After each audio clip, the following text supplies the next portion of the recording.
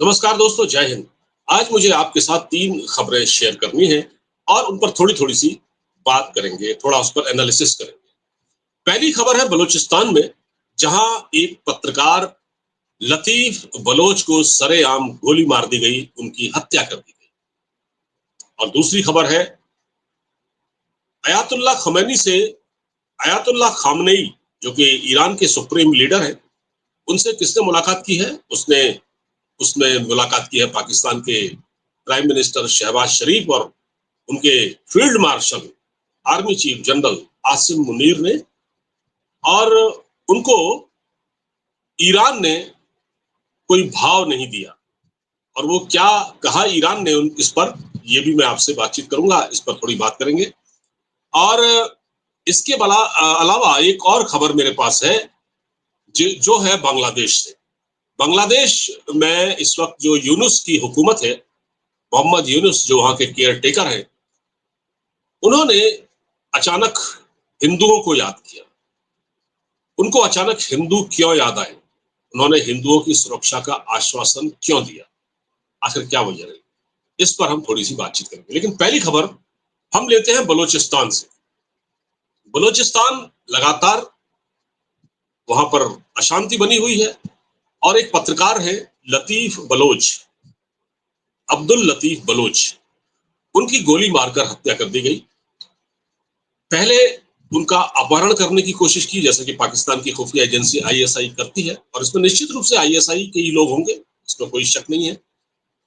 तो आईएसआई के लोगों ने पहले उनको किडनैप करने की कोशिश की, और जब उनकी उनकी आपस में कहासुनी हुई तो उनको गोली मार दी गई।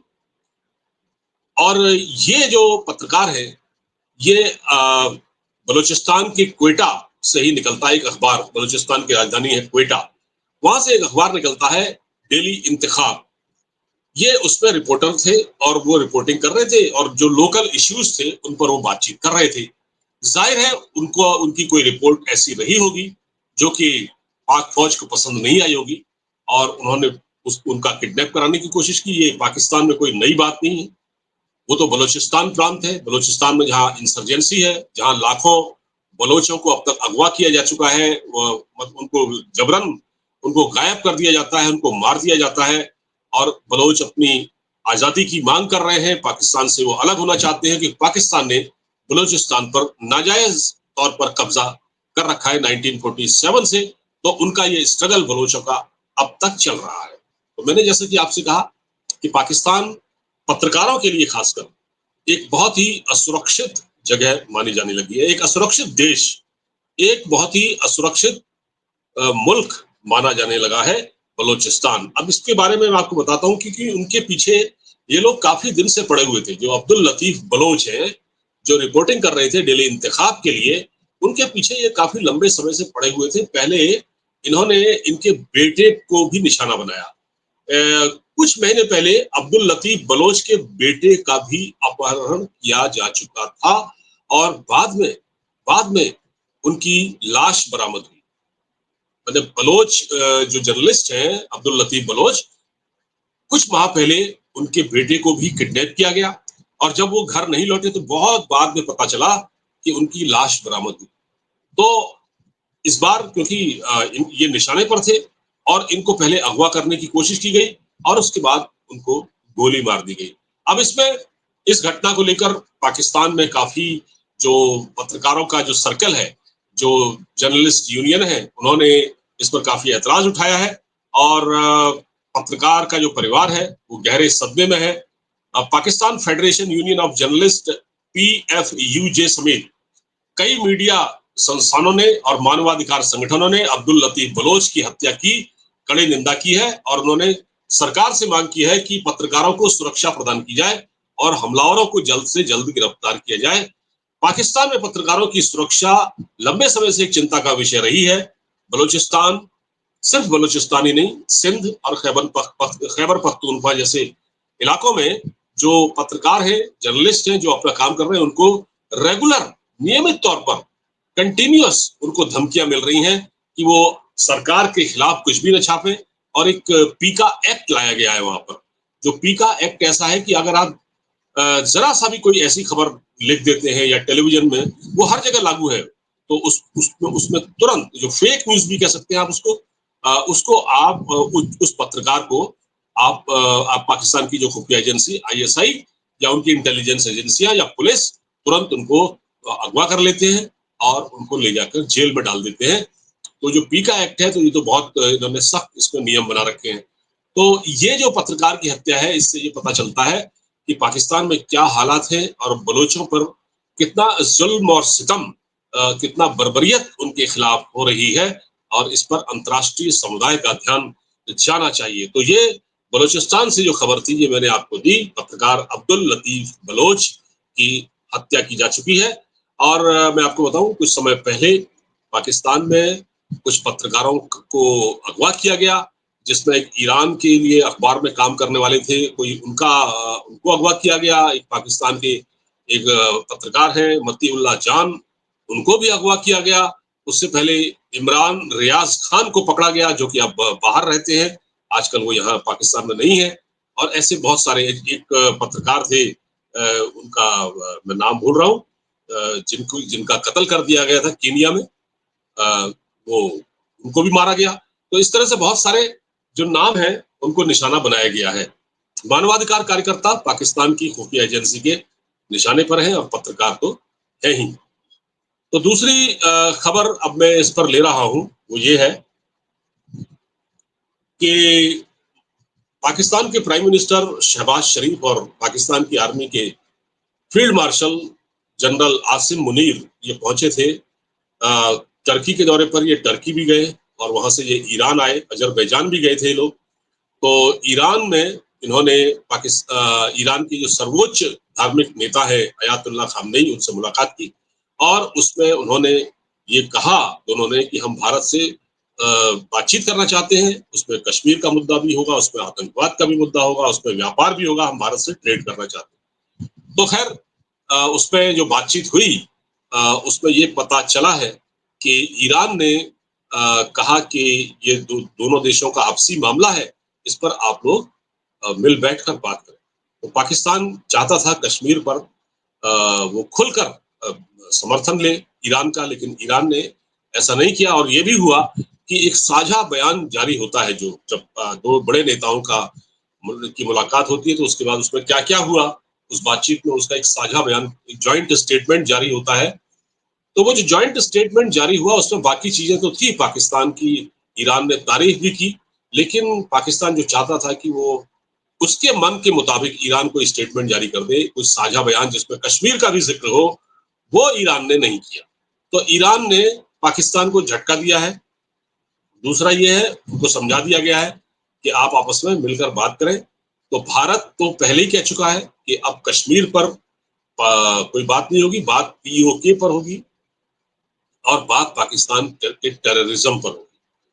तो प्रधानमंत्री मोदी ने भी, आपको याद है, एक दिन पहले भुज में, कच्छ में, भुज में नहीं, कच्छ में, उसके बाद गांधीनगर से पाकिस्तान पर सीधा निशाना साधा था। और उन्होंने वहां की यूथ से कहा कि वो बाहर निकले। आपने आतंकवाद को अपना मुकद्दर बना लिया है, और आपकी फौज जो कर रही है, आपकी फौज आतंकवाद की आड़ में आतंकवाद करती है, टेररिज्म को बढ़ाती है, और आतंकवाद के जरिए पैसा कमाती है। इसके लिए अगर पाकिस्तान की फौज को अगर रोकना है ये करने से, अगर आपको अपना अच्छा भविष्य चाहिए, तो आप बाहर निकले और इस फौज से दो दो हाथ करें, तभी आपका भला हो सकता है। तो जो ये पहुंचे थे, क्या कहते हैं, शहबाज शरीफ और आसिम मुनीर फील्ड मार्शल, ये पहुंचे थे अयातुल्ला खामनेई से मिलने के लिए। तो उन्होंने बहुत ज्यादा इनको तरजीह नहीं दी। हाँ, ईरान ने इतना कहा कि ठीक है, अब आपने हमारे लिए हमारी कुछ मदद की है, तो ठीक है भाई, आप बरादर इस्लामिक मुल्क है, दोनों अगल बगल में ही है। लेकिन एक बात और मैं बताता हूँ आपको, ईरान कोई बहुत भरोसेमंद पार्टनर, मतलब भारत का भी दोस्त इतना नहीं है। कि ईरान ने अतीत में जो किया है भारत के साथ, जिस तरह से पाकिस्तान में हमारे खुफिया एजेंटों की लोकेशन दी है, उनको उनको पकड़वाया है अपने वहां भी, जिस प्रकार उन्होंने 90 के दशक में, जब कश्मीर में जो आतंकवाद चरम पर था, और उस वक्त जो पाकिस्तान के जिहादी थे, उनकी ट्रेनिंग हुई थी ईरान में, ठीक है। तो ईरान का भी ट्रैक रिकॉर्ड कोई अच्छा नहीं, लेकिन अभी ईरान से भारत के रिलेशन ठीक-ठाक हैं। दोनों देशों का के संबंध नॉट बैड, नॉट गुड, बहुत अच्छे, बहुत खराब जैसे नहीं है। तो ईरान की अपनी भी चिंताएँ हैं, उसको लेकर भी वो लगातार बात करता रहता है। और पाकिस्तान ने हाँ, एक बात और कही है शायद, ये कहा है कि हम आपको आपके न्यूक्लियर प्रोग्राम में मदद करेंगे। ये कहा है, पाकिस्तान ने ईरान से कहा है कि हम आपके न्यूक्लियर प्रोग्राम में यानी आपको परमाणु बम बनाने में मदद करेंगे।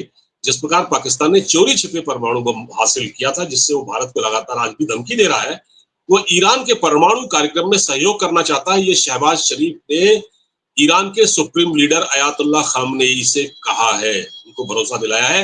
अब ये एक ऐसा बयान है जो जरूर अमेरिका के कानों पर पड़ा होगा। तो अमेरिका अब इस पर क्या सोचता है, जो अमेरिका लगातार पाकिस्तान को बचाता आया है। आपको याद होगा कि अभी पहलगाम के बाद भी एकदम अमेरिका बीच में कूदा, पाकिस्तान ने कहा कि हमारी मदद कीजिए। और वो अमेरिका जो कि ईरान को अपना दुश्मन मानता है और तमाम तरह के सैंक्शन लगा रखे हैं, उस देश को अगर पाकिस्तान परमाणु बम बनाने की तकनीक देता है या उसकी सहायता करता है, तो फिर अमेरिका को सोचना होगा कि वो कर क्या रहा है। और फिर उसके लिए एक बहुत बड़ा संकट पैदा हो सकता है। उसकी इसराइल की जो नजर है, इसराइल की नजर तो पाकिस्तान ईरान के परमाणु कार्यक्रम पर है ही।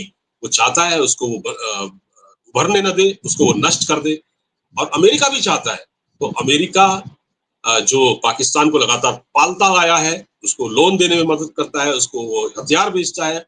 इस वक्त जो अमेरिका का रवैया है, वो जिस प्रकार पाकिस्तान के साथ खड़ा दिखता है, डोनाल्ड ट्रंप की सरकार ये सोचे कि अगर ईरान को परमाणु तकनीक पाकिस्तान ने दे दी, फिर अमेरिका का क्या होगा। फिर जो ईरान का जो परमाणु हथियार है, उनकी रीच हो सकता है वॉशिंगटन डीसी तक हो जाए। तो ये डोनाल्ड ट्रंप को सोचना होगा। बहरहाल, अब एक और खबर है मोहम्मद यूनिस को लेकर। मोहम्मद यूनिस जो कि बांग्लादेश के केयर टेकर प्राइम मिनिस्टर है, उनको वहां भेजा इसलिए गया था क्योंकि अमेरिका ने उसको वहां बैठाया था।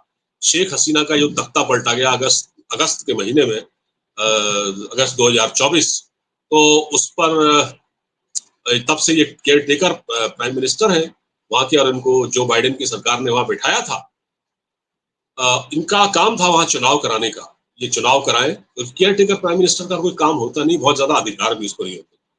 तो अमेरिका ने क्योंकि इनको बिठाया था, इनको वहां चुनाव कराने थे, चुनाव नहीं करा पाए। अब क्या हो रहा है कि वहां की जो आर्मी है बांग्लादेश की, वो चाहती है बांग्लादेश में जल्द से जल्द चुनाव कराए जाए। वो दबाव डाल रहे हैं, आर्मी चीफ वहां के दबाव डाल रहे हैं। और यूनिस जो है वो लगातार चीन के इशारे पर काम कर रहे हैं। उन्होंने अमेरिका के कहने पर एक वहां पर एक अराकान आर्मी, मतलब एक अराकान कॉरिडोर है, वो बना दिया है। उसको बनाने के लिए मंजूरी दे दी है, बनाया नहीं है। तो वहां से बांग्लादेश को दिक्कत हो सकती है, घुसपैठिए आ सकते हैं। तो आर्मी उसके खिलाफ है। तो अब आर्मी चाहती है यूनुस का तख्ता पलटना। और आर्मी चीफ जो कमरोज जमा है, जो कि बांग्लादेश के आर्मी चीफ है, क्योंकि प्रोफेशनल सोल्जर है, वो कोई पाकिस्तान के आर्मी चीफ आसिम मुनीर की तरह नहीं है जो अपने आप अपने अधिकार ले लेता है। उनको बाकायदा वहां पर एक सेटअप है बांग्लादेश में। तो वो एक प्रोफेशनल सोल्जर है। उन्होंने समझाया है मोहम्मद यूनिस को कि भाई आप जल्द से जल्द सरकार बनाइए, यहाँ पर तो चुनाव कराइए, क्योंकि लोगों में असंतोष बढ़ रहा है। अब यूनुस का की इस तरह से घेराबंदी हो रही है क्योंकि अपने ही घर में बहुत ज्यादा उनको विरोध का सामना करना पड़ रहा है। इसलिए अब वो कह रहे हैं कि हम हिंदुओं की रक्षा करेंगे। मैंने कहा कि हिंदू क्यों याद आ गए मोहम्मद यूनुस को, जो हिंदुओं पर हमले करवा रहे थे अब तक।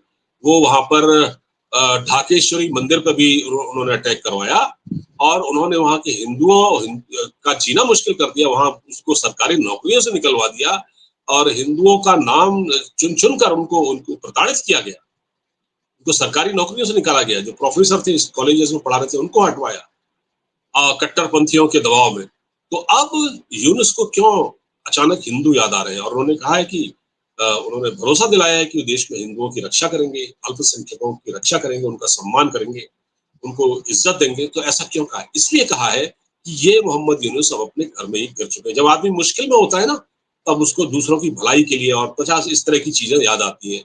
तो अब फंसे हुए हैं। एक तरफ चीन को छोड़ नहीं सकते, चीन से भी वो चाहते हैं मदद लेना, और इधर अमेरिका से भी चाहते हैं। तो अमेरिका ये नहीं चाहता कि चीन पास आए, तो चीन जो उन्होंने एक अराकान कॉरिडोर की योजना बनाई है, जिस तरह के अमेरिका को उन्होंने मंजूरी दी है ये सब काम करने के लिए, उससे जो है वो वहाँ के आर्मी चीफ जो कि कमरुज्जमा है वो बहुत नाराज है। तो उनका ये कहना है कि भाई आप यहाँ पर चुनाव कराने के लिए आए थे ना, आपको केयर टेकर प्राइम मिनिस्टर इसलिए बनाया गया था कि आप यहाँ जल्द से जल्द लोकतांत्रिक तरीके से चुनाव कराएं, तो वो आप करा नहीं रहे हैं, क्योंकि वो करा नहीं पाएंगे। अगर वो करा देंगे तो वो हार जाएंगे, और उसका मतलब उसकी बात कि वहां पर निश्चित रूप से जो अवामी पार्टी है शेख हसीना वाजिद की, उसको वहां पर सफलता मिलेगी। तो वो जानते हैं इस चीज को मोहम्मद यूनुस जानते हैं, इसलिए वो वहां चुनाव नहीं करा रहे। और अब उनको हिंदुओं की याद आ रही है ताकि हिंदुओं का भी वो समर्थन ले सके। भारत की निगाह इस पूरे मुद्दे पर लगातार बनी हुई है। दोस्तों, आप इस बातचीत को यहीं खत्म करता हूँ। ये वीडियो आपको अगर अच्छा लगा हो तो इस वीडियो को लाइक कर दीजिएगा, और इसको शेयर कर दीजिएगा ज्यादा से ज्यादा दोस्तों में। चैनल को सब्सक्राइब कर लीजिएगा। वीडियो को जितना आप लाइक करेंगे उसकी रीच बढ़ेगी, उसको हमारी रीच बढ़ाने में, हमारे चैनल की रीच बढ़ाने में हमारी मदद करें। नमस्कार, जय हिंद।